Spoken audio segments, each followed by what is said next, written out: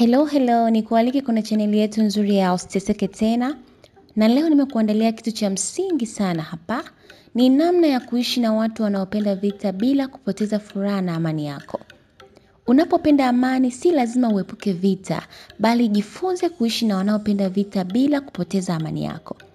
Karibu kwenye video hii nitakuonesha namna ya kuishi maisha ya ushindi na furaha hata ukiwa katikati ya watu wanaotafuta migogoro na wewe kila siku.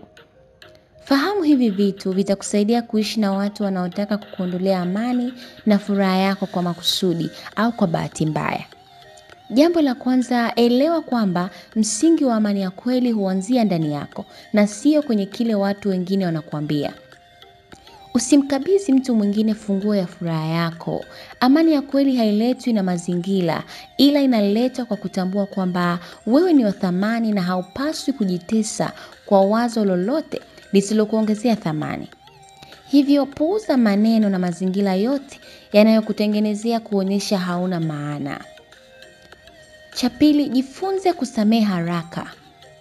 Ndiyo, wanaopenda kukuona unateseka wanaweza kukukwaza kila siku, lakini ukijifunza kusamehe haraka, unajipa nafasi ya kuendelea mbele bila mizigo. Msamaha ni zawadi unayojipa mwenyewe na sio wao. So, wakikuta haujali kuhusu vikwazo vyao, wao ndio wataanza kuumia sasa. Jambo la tatu, tafuta zaidi amani na sio ushindi. Sio kila hoja watakayoitoa basi inakuhitaji uwajibu, hapana. Wakati mwingine wakalie kimya tu. Furaha ya kweli haiko katika kushinda, katika mabishano, iko katika kuthamini zaidi amani ya moyo wako kuliko vituko vyao. Jambo la nne, usipambane kila vita.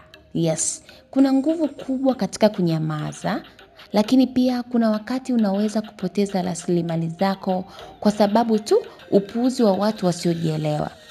Jali sana muda wako na mambo yako ya msingi, usiyatoe hovyo kwa watu wasiojielewa. Wakisema, wewe endelea kuongeza bidii kutafuta na kuyafukuzia malengo yako. Mwisho, wewe ndio unayebeba ufunguo wa furaha yako.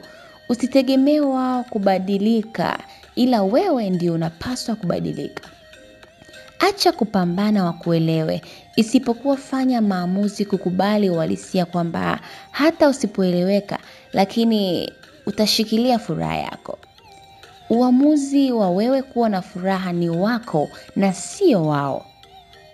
Kwa maarifa zaidi, soma kitabu chetu cha Furaha Yako Haitapotea Tena.